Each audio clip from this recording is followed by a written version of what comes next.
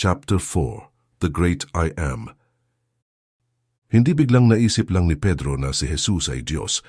Alalahanin mong nakasama na niya si Jesus ng ilang buwan. Pinapanood siyang gumawa ng mga himala, magpagaling sa mga taong hindi mapagaling sa ordinaryong paraan at bumuhay sa mga taong namatay. Ang mga pangyayaring iyon ay sapat na para mapaisip ang sinuman. Pero may iba ring mga pangyayari na nakakagulo talaga ng isip. Yung mga pagkakataong para bang yumuyukod at sumusunod kay Jesus maging ang natural world. Ang isang pagkakataong iyon ay nangyari sa simula ng public ministry ni Jesus. Napabalita na ang tungkol sa taong ito na kayang magpagaling ng mga may sakit at magpalayas ng mga demonyo. Kaya nagsimula siyang lapitan ng napakaraming tao. Naging mabait at patient si Jesus sa kanila. Naglaan ng maraming oras para palayasin ang masasamang espiritu at pagalingin ng mga tao sa kanilang mga sakit. Pero sa araw na ito, pagod si Jesus. Ilang oras siyang nagpagaling at nagministeryo sa baybayin ng Sea of Galilee. At nang makita niya ang napakaraming taong lumalapit sa kanya, sumakay siya at ang kanyang mga disciples sa kanilang bangka at naglayag papunta sa kabilang pampang. Ang Sea of Galilee ay familiar kay Jesus at sa kanyang mga disciples. Malaking bahagi ng pagtuturo at pagpapagaling ni Jesus ang naganap sa mga kalapit na fishing villages. At ang ilan sa kanyang mga disciples, kasama si Pedro, ay mga mangingisda roon bago sila tawagin ni Jesus para sumunod sa kanya. Ang Sea of Galilee ay hindi gaanong kalakihan. Ito ay isang lawa lamang at hindi talaga isang dagat. Ang palibot nito ay nasa 53 kilometers lang, pero ang isang kapansin-pansing katangian nito ay ang napakababang pwesto nito na lagpas 200 meters below sea level. At dahil dito ay napapalibutan ito ng mga sunod-sunod na matatarik na bangin na nagpapabilis at nagpapalakas ng hangin. Kaya bukod sa pagiging kilala sa pagkakaroon ng maraming isda, ang Sea of Galilee ay kilala rin sa mga violent storms na regular at biglaang nabubuo rito. Ganoon mismo ang nangyari noong araw na iyon, ilang oras pagkatapos maglayag ni Jesus at ng kanyang mga followers. Habang papunta sila sa gitna ng lawa, isa sa mga ganong bagyo ang sumalubong sa kanila. Pero mukhang hindi ito isang ordinaryong bagyo lang. Si Mateo ay isa sa mga disciples na nandoon at sanay nang makakita ng ganoong mga bagyo. Isinulat niya na iyon ay isang malakas na unos. Ibig sabihin ay hindi pangkaraniwan ang tindi nito kaya ginamit niya ang salitang seismos para isalarawan iyon. Gustong ipaalam ni Mateo na hindi iyon basta isang bagyo lang. Iyon ay isang lindol sa lawa. Masyado nang malayo para bumalik sa pampang. Kaya habang humahagupit ang hangin pababa sa bangin at papunta sa lawa, ang mga disciples naman ay sakay ng isang maliit na bangkang hinahampas at nailulubog ng napakalalakas na mga alon sa gitna ng nag-aalborotong lawa. Siyempre, sobrang natakot ang mga kasama ni Jesus. Natural lang na tugon iyon. Madaling masira at tumaob ang maliit na bangka at wala nang makakaalam kung ano ang nangyari sa kanila. Kaya natakot sila. Maliban kay Jesus, natutulog siya sa likuran ng bangka. Siyempre, pinuntahan ng mga disciples si Jesus at ginising siya at sinabi, "Panginoon, tulungan ninyo kami. Lulubog na tayo." Iyon ang mga salitang naitala ni Mateo.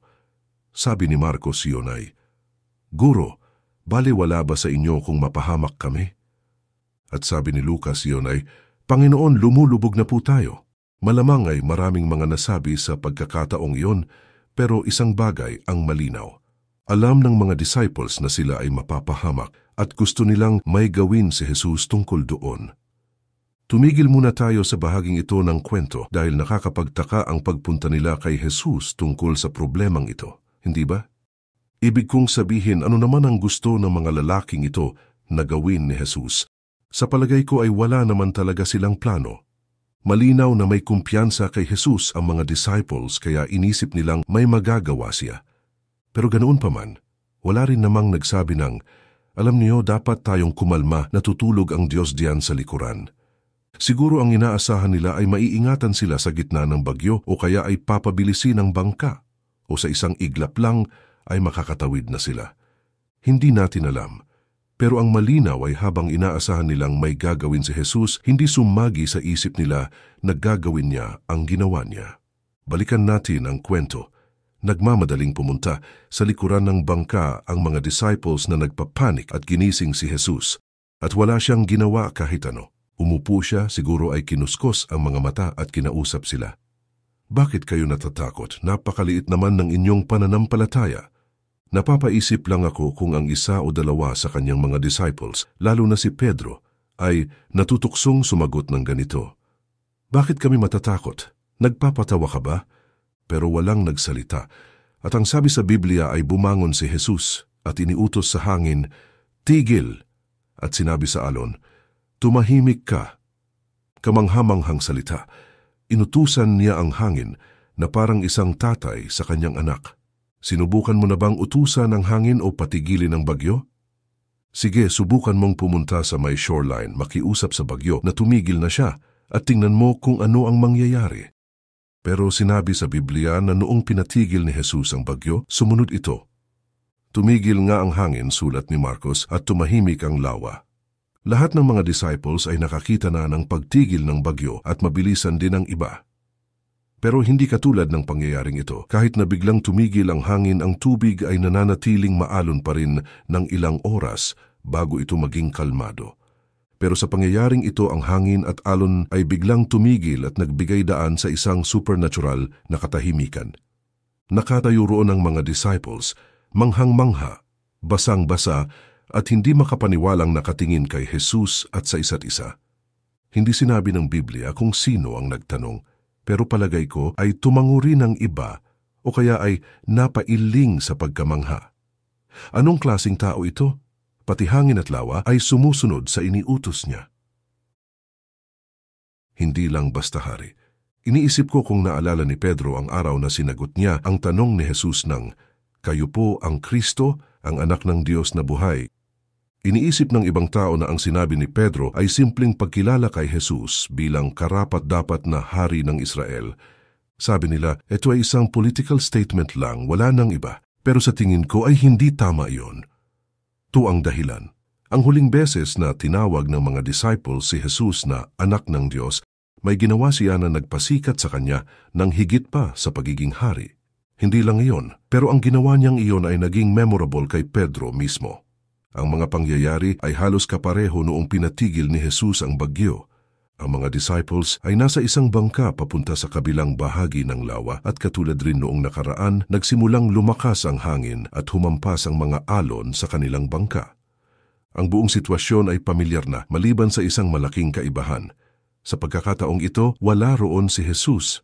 Sa araw na iyon, nagpakain si Jesus ng higit sa 5,000 tao mula sa 2 isda at 5 piraso ng tinapay at pagkatapos ay pinauna niya ang kanyang mga disciples sa kabilang bahagi ng Sea of Galilee.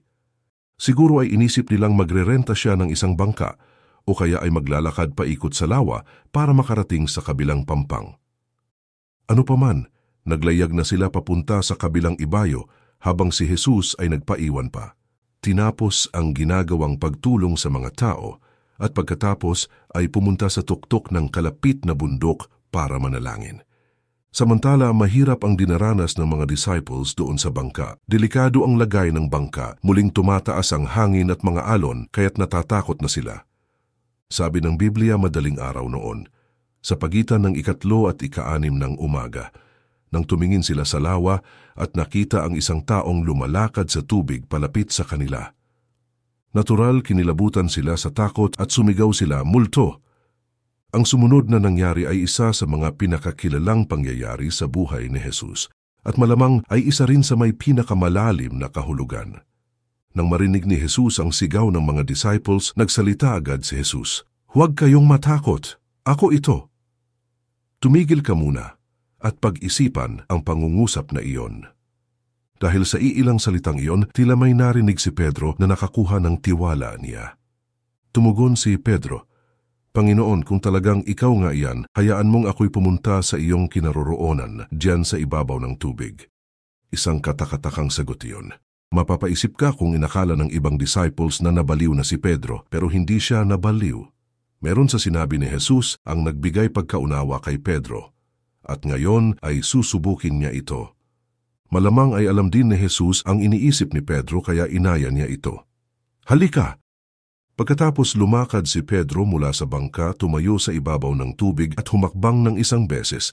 Hindi sinabi sa Biblia kung gaano kalayo ang narating niya, pero bago siya nakaabot kay Jesus, napansin ni Pedro ang malakas na hangin at naramdaman niya ang tubig na tumatama sa kanyang mga binti. Inalis niya ang kanyang tingin kay Jesus, natakot siya at nagsimulang lumubog. Pagkatapos ay tumawag siya kay Jesus para iligtas siya at sabi sa Biblia, agad inabot ni Jesus ang kanyang kamay, hinawakan siya at dinala siya pabalik sa bangka. Sa pagkakataong ito, hindi na kinailangang sabihin ni Jesus ang utos. Pagkasakay nila sa bangka, basta na lang tumigil ang bagyo. Sabi ni Mateo, pagkatapos noon siya'y sinamba ng mga nasa bangka. At sinabi nila, tunay nga pong kayo ang anak ng Diyos. Ano ang ibig nilang sabihin sa pagtawag sa kanya ng ang anak ng Diyos? Ibig ba nilang sabihin na siya ang karapat-dapat na hari ng Israel? Ibinibigay lang ba nila sa kanya ang titulong iyon na ginamit na rin ng mga haring nauna sa kanya? Hindi. Kakakita pa lang ng mga disciples na lumakad sa ibabaw ng tubig ang taong ito. Tinawag ang isang kasama nila para gawin din iyon at pinatigil ang bagyo nang walang salisalita.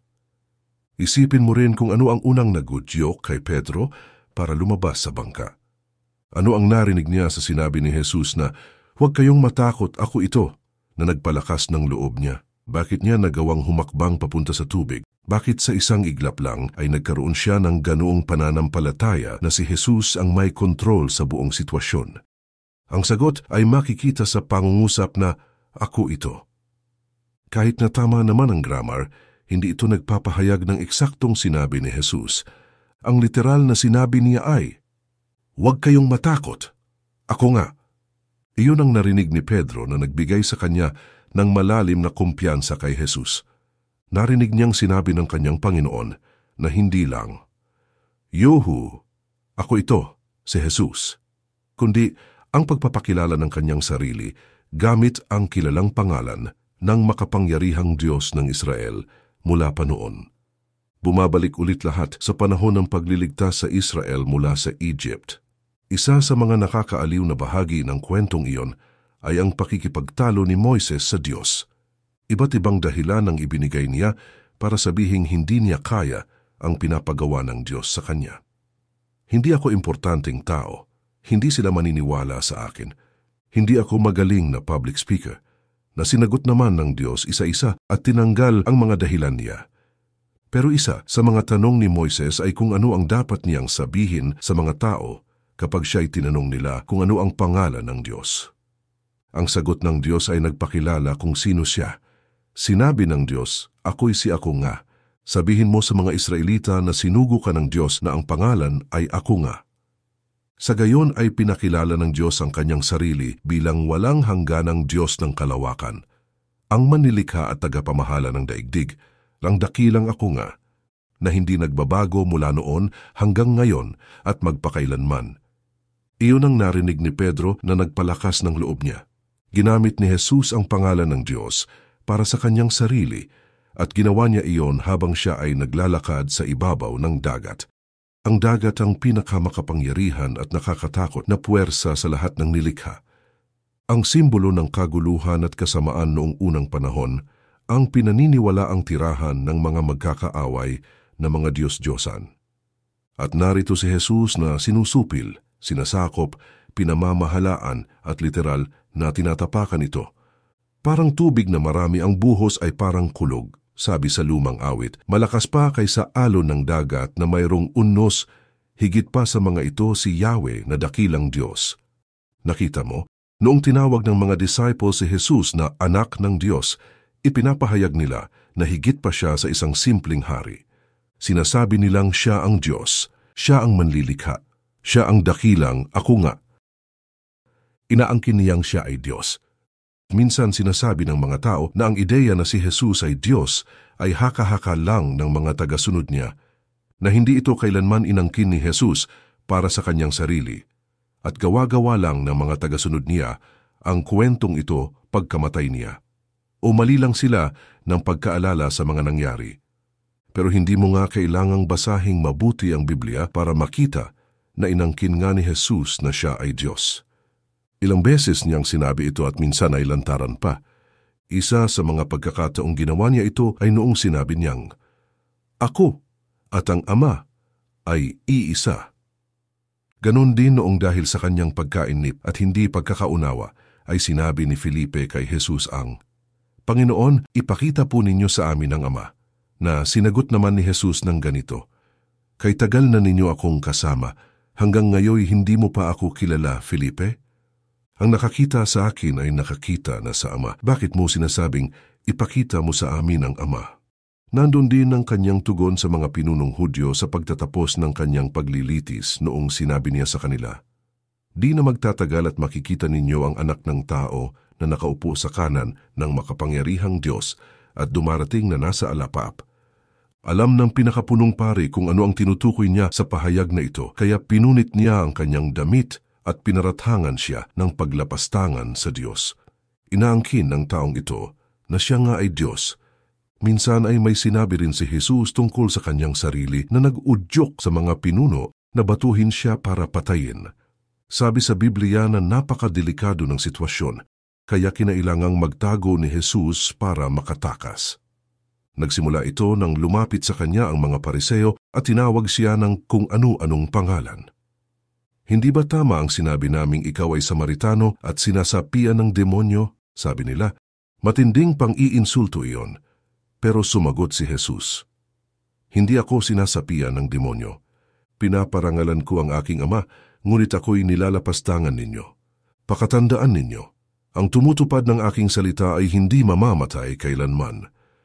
Naiskandalo ang mga pinuno nila sa sinabing ito ni Jesus at inakusahan siya ng sobrang kayabangan. "Ngayon natitiyak naming sinasapian ka nga ng demonyo. Namatay si Abraham at ang mga propeta, ngunit sinasabi mong hindi mamamatay kailanman ang sino mang tumutupad ng iyong aral. Mas magaling ka pa ba kaysa sa aming amang si Abraham? Siya'y namatay gayon din ang mga propeta. Ano ba ang palagay mo sa iyong sarili?"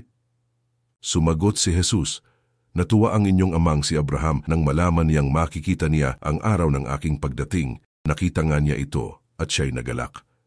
Sa madaling salita, alam ni Abraham na nangako ang Diyos na magpapadala siya ng isang tagapagligtas at masaya niyang inabangan iyon. Sa pagkakataong ito na insulto at naguluhan na ang mga pinuno, sa sinabi ni Jesus ay ipinapakita niyang alam ni Abraham ang tungkol sa kanya. At alam din naman ni Jesus ang tungkol sa emotional life ni Abraham. Hindi nila ito matanggap kaya sabi nila, "Wala ka pang 50 taong gulang. Paano mo masasabing nakita mo na si Abraham?" Ikinagulat nila ang sagot ni Jesus sa kanilang tanong. Sabi niya, "Pakatandaan ninyo, bago pa ipinanganak si Abraham, ako ay ako na." Ayan na naman ang pangalang iyon at sinadya ni Jesus na gamitin iyon para kumprontahin ang mga pinuno nila. Paano natin nalaman yun? Dahil bad grammar ang sinabi niya. Kung gusto lang sabihin ni Jesus na nauna pa siya kaysa kay Abraham, sasabihin lang niyang, "Bago pa ipinanganak si Abraham, naroon na ako." Pero sa paggamit niya ng present tense, I am. Malinaw na muling ginamit ni Jesus ang nag-iisa at walang katulad na pangalan ng Diyos. Dahil iniisip nilang hindi siya talaga ang Diyos, dumampot sila ng mga bato para batuhin siya. Para sa kanila, ang kanyang ginawang iyon ang pinakamatinding paglapastangan sa Diyos. Face to face with the Trinity. Pero syempre hindi iyon paglapastangan sa Diyos. Iyon ay totoo at paulit-ulit nang pinatunayan ni Jesus na totoo ang kanyang pagpapahayag na siya ay Diyos. Sa oras na maunawaan mo iyon, makikita mo ang kahalagahan ng pagpapakilala ni Jesus na siya ang anak ng Diyos. Hindi lang iyon isang titulo para sa hari. Ito ay ang pagpapahayag ni Jesus na siya ay kapantay ng Diyos sa katayuan at katangian at karangalan. Paliwanag ni Juan, lalo namang pinagsikapan ng mga Hudyo na ipapatay siya sapagkat sinasabi pa niyang ang Diyos ang kanyang ama. At sa gayon ay ipinapantay ang kanyang sarili sa Diyos. Pero may mas malalim pang kahulugan ang talatang iyon dahil hindi lang inaangkin ni Jesus ang isang titulong para sa hari at hindi lang rin niya sinasabing kapantay niya ang Diyos. Inilalarawan niya ang isang kakaiba at exclusive relationship sa pagitan niya at ng Diyos Ama. Walang nakakakilala sa anak, kundi ang Ama. At walang nakakakilala sa Ama kundi ang anak at ang mga pinili ng anak na pagpahayagan niya. Pakatandaan ninyo na walang magagawa ang anak sa kanyang sarili lamang. Ang nakikita niyang ginagawa ng Ama, ang siya lamang niyang ginagawa. Ang ginagawa ng Ama ay siya ring ginagawa ng anak, sapagkat minamahal ng Ama ang anak at ipinapakita sa anak ang lahat ng ginagawa niya. Kung paanong ibinabangon ng Ama ang mga patay at binibigyan sila ng buhay, gayon din naman, binubuhay ng anak ang sinumang nais niyang buhayin. Hindi humahatol kaninuman ang Ama, sa halip ay ibinigay na niya sa anak ang buong kapangyarihang humatol upang maparangalan ng lahat ang anak tulad ng kanilang pagpaparangal sa Ama. Ang hindi nagpaparangal sa anak ay hindi nagpaparangal sa Ama na nagsugo sa anak. Nakikita mo ba? Si Jesus na anak ng Diyos ang nagsabi na siya mismo ang Diyos. Pero ganoon pa man, siya ay may kakaiba, exclusive, at napakaayos na relasyon sa Diyos Ama. Paano nangyari yon? Paano naging si Jesus ang Diyos pero mayroon din siyang relasyon sa Diyos Ama? Dito tayo haharap sa doktrinang Kristiyano tungkol sa Trinity, na nagmula sa pinagsamang salitang Triunity. Siguro ay narinig mo na ang salitang Trinity. Siguro ay narinig mo na ring pinag-uusapan ng mga Kristiyano ang tungkol sa Diyos Ama, Diyos Anak at Diyos Espiritu Santo, tatlong persona, magkakaiba. Pero iisang Diyos lang sila, hindi tatlong Diyos, hindi. Malinaw na sinabi ng Biblia mula sa unang pahina nito na iisa lamang ang Diyos, pero ang Diyos na iyon ay nag-e-exist na may tatlong personang magkakaiba. Sana ay makita mo rito na hindi inimbento lang ng mga Kristiyano ang idea tungkol sa Trinity. Pinangalanan nila ito, inilarawan, itinuro at ipinagtanggol dahil nakita nila ito sa Biblia. Narinig nila si Jesus na magsalita tungkol sa kanyang sarili, sa kanyang relasyon sa Ama at tungkol sa Holy Spirit. Narito ang isang maikling buod ng narinig nila mula kay Jesus. Una, narinig nilang itinuro ni Jesus na mayroong iisang Diyos lamang. Pangalawa, narinig nilang sinabi ni Jesus na siya mismo ay Diyos, na ang Ama ay Diyos, at ang Holy Spirit ay Diyos. Pangatlo, finally, narinig nilang nilinaw ni Jesus na siya, ang Ama, at ang Espiritu ay hindi magkakaparehong persona, sa halip ay magkakaiba, at may kakaiba at exclusive relationship sa isa't isa. Ngayon ay maaari mong tingnan ang tatlong pahayag na iyon at sabihin, hindi ko maintindihan kung paanong magiging totoo ang tatlong iyon sa parehong paraan at pagkakataon. Sa totoo lang ako man ay hindi ko maintindihan. At ganoon din ang kahit sinong Kristiyano. Pero hindi ang pagkakaunawa ko o ang kakulangan nito ang punto. Bilang Kristiyano, naniniwala ako kay Jesus at itinuro ni Jesus ang tatlong bagay na iyon. Kaya pinaniniwalaan ko ang mga iyon. Lahat ng iyon sabay-sabay kahit hindi ko lubusang maunawaan sa isip ko. Ang bottom line ay hindi naman contradiction ang tatlong pahayag na iyon. Bukod pa rito, alam ko ring limitado lang ang pag-iisip ko. Maraming bagay sa mundong ito ang hindi ko lubos na nauunawaan kaya hindi mahirap para sa akin na tanggapin na maraming bagay ang nasa hindi masukat na isip ng Diyos na hindi kakasya sa isip ko. Ang sigurado ako ay itinuro ni Jesus na may iisang Diyos, na siya at ang Ama at ang Holy Spirit ay Diyos, at siya at ang Ama at ang Holy Spirit ay hindi iisang persona, pero ang lahat ay may relasyon sa bawat isa. At ang tawag sa mahiwagang katotohanan iyon ng mga Kristiyano sa lahat ng panahon, kasama ako riyan, ay Triunity or Trinity. Ang tanging daan, heto ang punto. Sa simulang maunawaan mo na si Jesus nga ay Diyos, na ang relasyon niya sa Diyos Ama ay bukod tangi at walang katulad, mauunawaan mo rin na kailangan mo talagang makilala si Jesus kung gusto mong makilala ang Diyos na lumikha sa iyo. Walang ibang paraan para mangyari ito. Ito ang dahilan kung bakit napakagandang balita na si Jesus ay hindi lang ang dakilang, ako nga. Siya rin ay isa sa atin. Buong-buo ang pagkatao niya at yun ay mananatili magpakailanman.